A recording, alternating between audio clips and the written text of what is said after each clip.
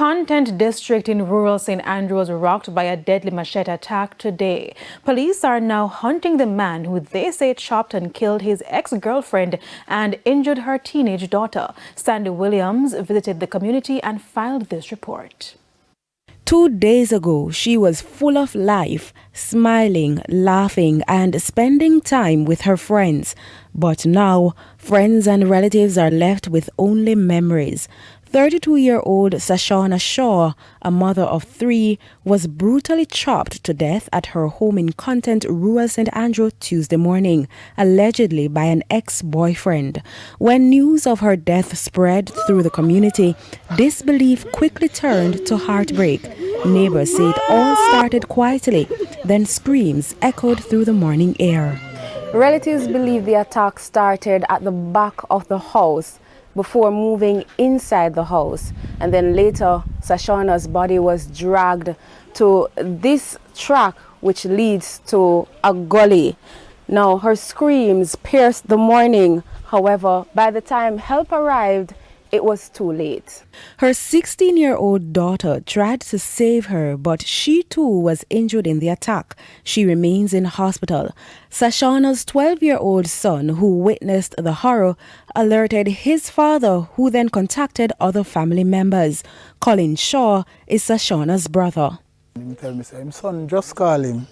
I'm informing him that his mother, ex-boyfriend, them in an altercation and he was chopped. She was chopped and him dragged the body gone down. So him called me and tell me find out what is, So said time I try to reach out to somebody around here and I call my father. And him tell me, say, him just get the news and him way back. The family is now grappling with the unimaginable pain. At the time it wasn't real. I just was looking for confirmation. And then I got it. And then that what do you call it? That sticking, tingling,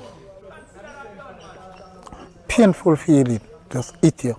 Among those struggling most, her father. A family member tries to comfort him, but the pain is too unbearable.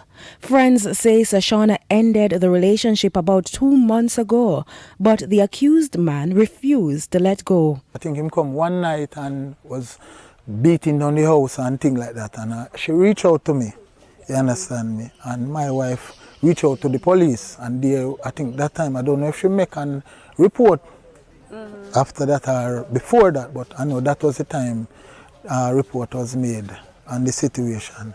And then it died down, we don't hear nothing more, everything gone, and then this is what happened.